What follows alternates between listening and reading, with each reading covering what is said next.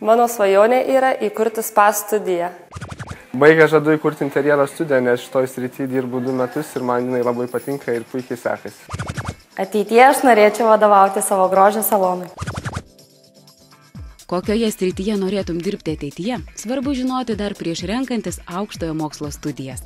Šie studentai pasirinko vienas paklausiausių šiuo metu rinkoje ir perspektyvės specialybės – verslo vadyba, buhalterinė apskaita, informacijos vadyba ir verslo ekonomika. Jie studijuoja Vilniaus kooperacijos kolegijoje. Tai Europos aukštojo mokslo erdvėje pripažinta viena didžiausių Lietuvos nevalstybinių aukštųjų mokyklų, kurios privalumas – didelis dėmesys praktiniai mokslo pusiai. Pasirinkę studijuoti Vilniaus kooperacijos kolegijoje, daug laiko praleisite sostinės centre, šalia miesto savivaldybės ir verslo dangoraižių. Būtent čia įsikūręs kolegijos pastatas. Tai viena seniausių ekonominio profilio mokyklų šalyje. Lietuvos kooperatyvų sąjungos įkurta mokymo įstaiga veikti pradėjo 1930 metais Kaune, vėliau persikėlė į Vilnių. Iš viso per kolegijos gyvavimo metus ją jau baigė virš 16 000 studentų. Pradėjau dirbti baigus 2 kursą, man pasiūlė atlikti praktiką būtent šitoje įmonėje, po praktikos aš ir pasilikau, tai vadinasi jau visą 3 kursą jau ir mokiausi ir dirbau kartu.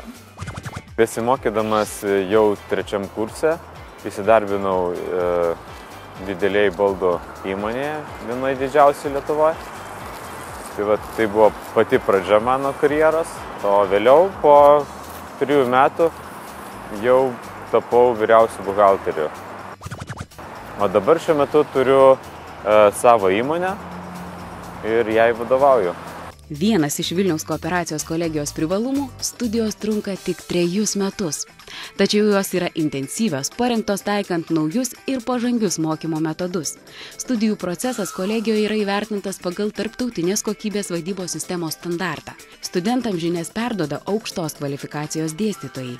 Tarp jų yra atvykstančių iš kitų aukštųjų mokyklų, o taip pat daug praktikų, dirbančių įmonėse ir galinčių su studentais pasidalinti žiniomis iš tikros verslo kasdienybės. Mūsų kolegijos studentai didelę laiko dalį praleidžia mokydamėsi praktikos, įgydami tikrų praktinių įgūdžių. Jie vyksta į realias įmonės. Tų įmonių sąrašas yra tikrai ilgas ir didelis. Žinomos, garsios Lietuvoje įmonės ir mažesnės. Na, o kolegijoje dar turime įsteigę 2 įmonės, kurios imituoja tikros įmonės veiklą.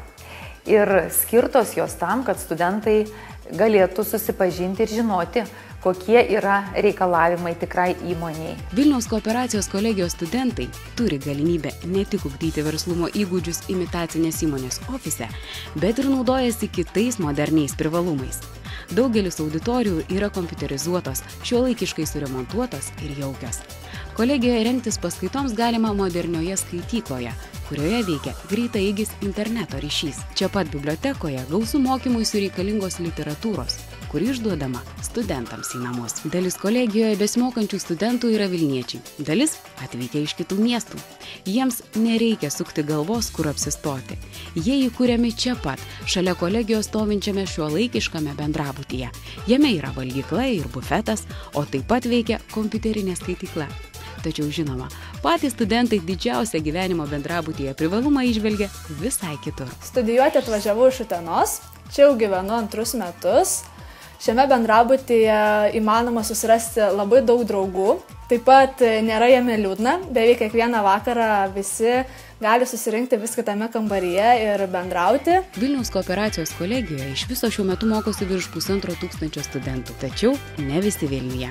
Dalis jų pasirinko mokytis Kaune, kuriame veikia kolegijos padalinys. Pačiame Kauno centre įsikūrusi mokymo įstaiga nei studijų kokybė, nei modernia aplinka nenusileidžia pagrindiniai kolegijos įstaigai sostinėje. Kasmet į Kauno skyrių stoja apie 200–300 studentų ir dažniausiai tai būna studentai iš Jonavos, iš Šakių, Raseinių, Kėdainių, Kaišiadorių, taip pat yra ir iš Alytaus, bet didžioji dalis žinoma būna kauniečių, Kauno apskrities studentų.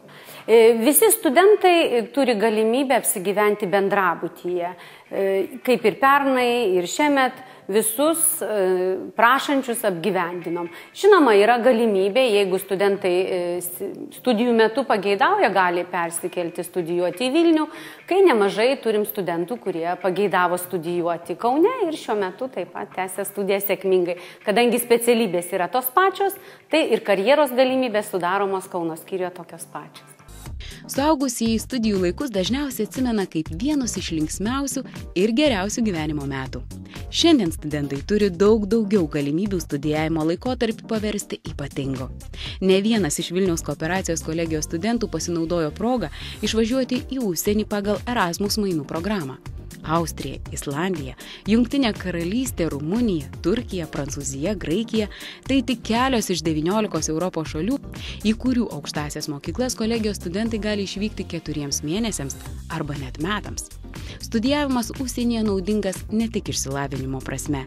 Gyvenimas svečioje šalyje suteikia neįkainojamos patirties bei įspūdžių. Kadangi mūsų kolegijoje studijuoja gan nedaug studentų, tai yra labai didelis šansas išvykti studijuoti ir atlikti praktiką užsienio įmonėse.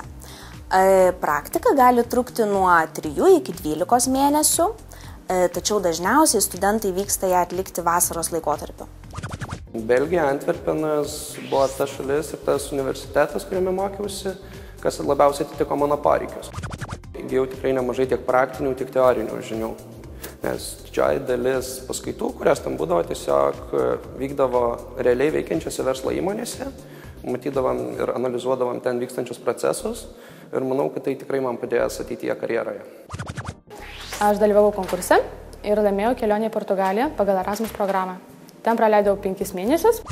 Suderinau ne tik mokslus, bet ir kelionės, nes savaitgaliais atostogų metu mes su visais studentais keliaudavom, nes užtekdavo tos stipendijos, kurią gaudavom, ne tik pragyvenimo Portugalijoje, bet tuo pačiu ir keliauti.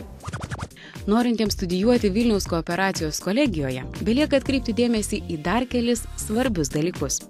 Stojantieji į kolegiją gali pretenduoti į nemokamą mokslą, stipendijas, socialinę paramą, kaip ir valstybinėse aukštosiose mokyklose.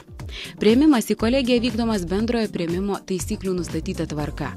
Baigę kolegiją studentai įgyja profesinio bakalauro laipsnį ir gali tęsti magistrantūros studijas Lietuvos ir užsienio aukštosiose mokyklose – Mykolo Romerio universitete, Vilniaus universiteto ekonomikos fakultete, Kauno Vytauto Didžiojo ir kituose universitetuose.